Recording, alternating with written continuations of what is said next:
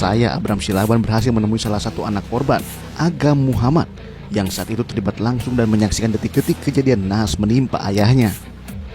Ya, sobat, hari ini kita melihat bahwa di tempat ini adalah tempat kejadian perkara, di mana siapa menyangka ya bahwa ayahanda mendapatkan peristiwa yang tidak diharapkan di sini. Mas Agam ya ada di sini juga. Kami prihatin ya, Mas Agam ya. Bang Agus, kami juga prihatin. Abang juga saksi mata yang bagian dari tim yang ada di tempat kejadian perkara, termasuk juga ada dari Army di sini ya. Ya, dari Army juga di sini, Asosiasi Rental Mobil Indonesia ya. Ya, kami sampaikan prihatin yang mendalam. Terima kasih. Ini apa yang terjadi, Mas? Mobil saya ini disewa. Nah, waktu itu sewa 3 hari. Ternyata malamnya ini mobil saya dicabut GPS-nya di daerah Pandeglang. Di daerah Pandeglang, saya sama bapak berkomunikasi karena mobil dicabut nih. Saya bilang ke ayah kan, jadi kita berangkat sama tim, kata ayah. Nah, waktu itu kita langsung berangkat. Dari pencabutan GPS setengah jam yang lalu, kita langsung berangkat untuk ke unit. Iya. Ketemulah unit pas-pasan di Saketi di Pandeglang. Iya. Pas kita berhentiin mobil itu, bapak turun. Langsung yang mengaku dari TNI AL, dia ada mengaku, saya ini TNI AL. Kamu sindikat ya, kata dia kan. Minggir kamu, apa saya tembak sekarang. Depan bapak saya di sini. Ah, tunggu. Ditodong. Itu pertama kali disampaikan di mana? Yang mengaku sebagai anggota? Di Saketi, Pandeglang. Bukan di titik ini? Bukan di titik ini, Jadi, ini titik kedua ini.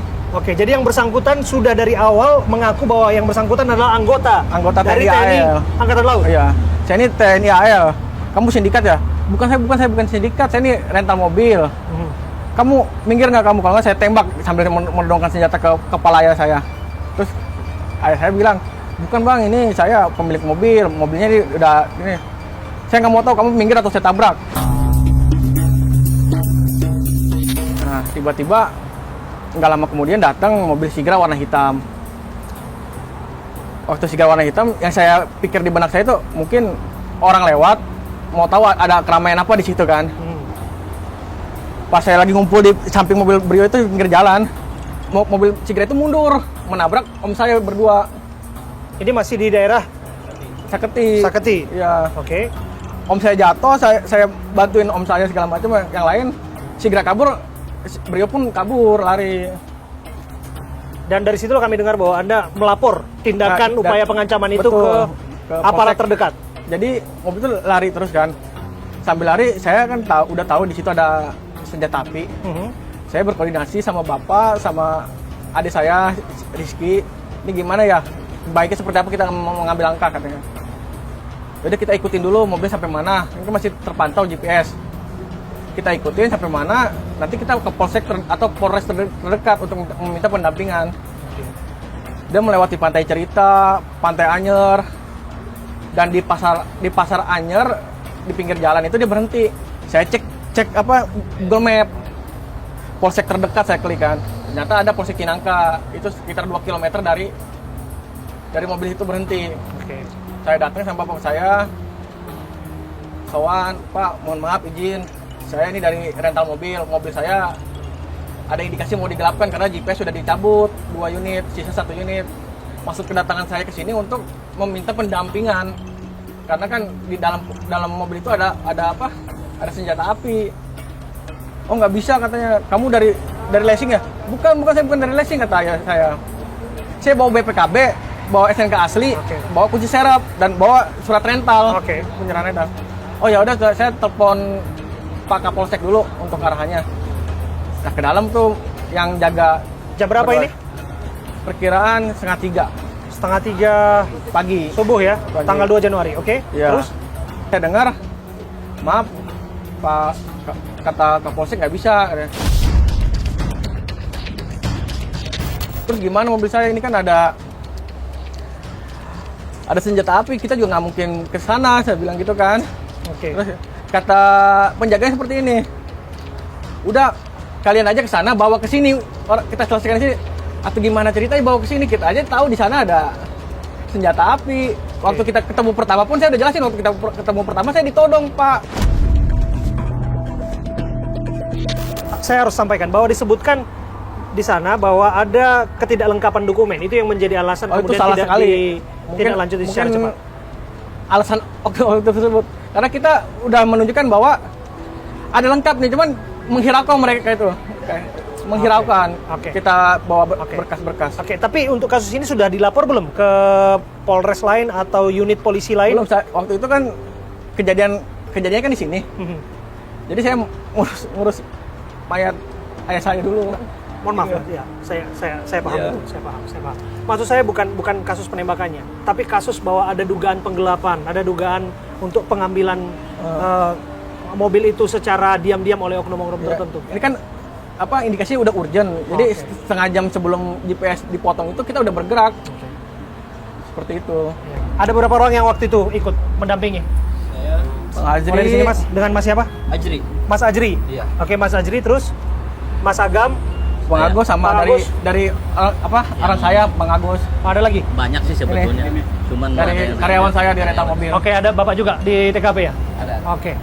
Ceritakan kepada kami Mas, sampai pada akhirnya disebutkan mobil terparkir persis di depan restoran sini ya? Di sini depan, pas di sini. Malah di sini. Ada geseran sedikit di sini. Di sini. Oke, Ya. ini adalah mobil Brio. Brio.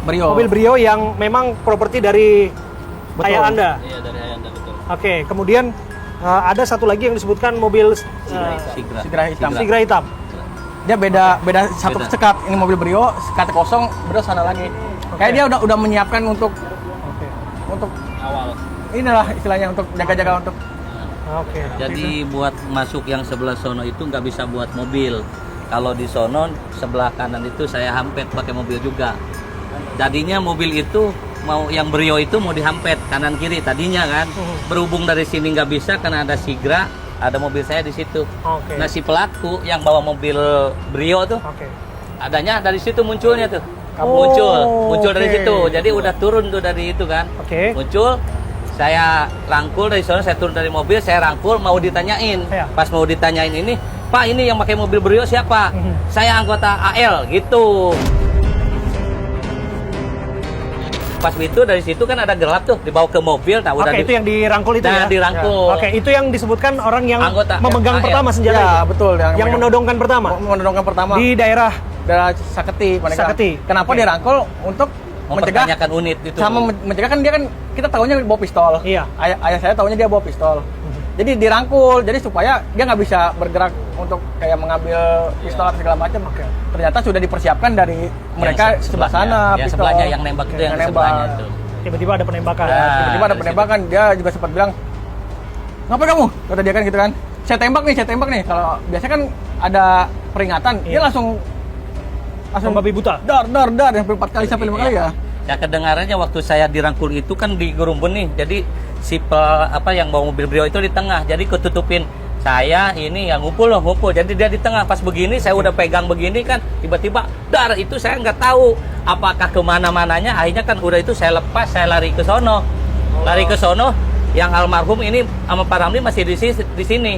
Saya ngelihat dari situ tuh, dari ini ada nembak dari mobil. Dar itu. Nah, dari situ Bang Agam kalau nggak saya larinya ke sono kan. Bang Agam ke sono larinya. Akhirnya kan pas itu saya lihat ini Pak Ramli udah bilang, tolongin saya Pak Agus.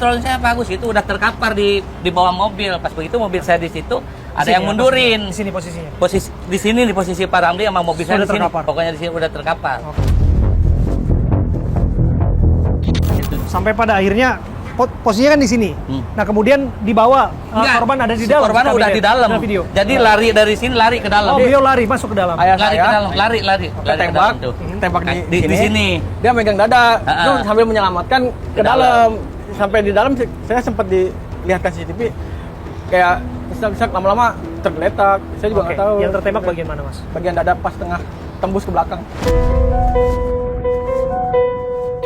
Bagian dada ya. Pas tembus. Jadi- Sama tangan juga kena juga, Bapak. 2 kali tembakan kenanya. Jadi pas posisi kalau yang saya tahu ya, itu yang pertama tuh peringatan karena nggak kena ke orang. Nah yang kedua dia turun. Nah pokoknya peringatan pertama yang lain pada pergi untuk mengamankan diri ya. Nah untuk almarhum sama yang satu lagi korban masih menempel si tersangka. Oke. Dan saya pun udah masuk ke dalam posisi mobil. Oke. Nah, dan itu di depan mata saya gitu. Oke. Nah, dia keluar mendekat, lepasin teman saya karena intinya tujuan dia itu minta lepasin temannya. Oke. Nah, karena di sini pun ada salah satu di situ yang dekat banget sama yang punya ini senjata, Oke. dia nggak jadi sasaran. Oke. Dia nyamperin. Nah, karena yang dua korban ini masih menempel, Oke. ditembaklah. Itu saya lihat tuh tembaknya deket banget. Ditembak, dar di sini tembus loh saya tahu. Dari jarak berapa meter Itu tembaknya? dari jarak sekitar 1,5 meter atau 2 meter. Segini, ada Nah, jarak iya, sini. hampir dari sini langsung. Dari segini? Ya, langsung dar. Itu dari dalam mobil ya tembak? Dari dalam mobil. Dia keluar atau di dalam? Ditembak? Dia dari luar, dia udah sampai sini, udah jalan sampai sini. Oke. Nah, saya ngintipin dari kaca dalam mobil.